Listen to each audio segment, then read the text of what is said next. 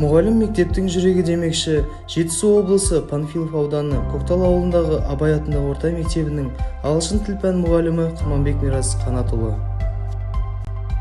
Ойласаң да ой жетпейтін, сөйлесең де сөз жетпейтін, теңізде терең қазақтың даласындай байтақ ұлы ұғым ұстаз болуға деген махаббат мені осы салаға алып келді.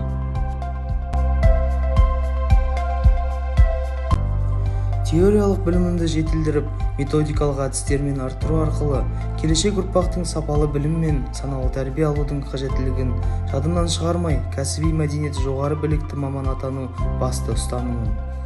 Шынайы өмірімнің маңызды да белесті жолда ұстаздық әлеміне алып келсе, Абай атындағы орта мектебім ұстаздық қызметінің шарықтау шыңына айналды деп айта аламын.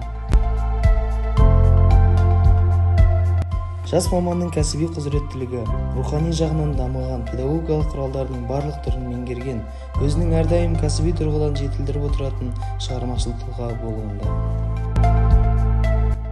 Мектептегі әрбір педагогтың ерен еңбегі ерекше, және одан қанаттанған түлектер түрлі салада еліміздің өркендеуіне үлес қосуда. Болашақтың кемел кілті, мықты елдің ертеңі, білімді жастарды тәрбиелейтін, тәрбиелеуде өзіндік бірегей бағытты таңдаған Абай атындағы орта мектебім менің жүрегімнің таңдауы.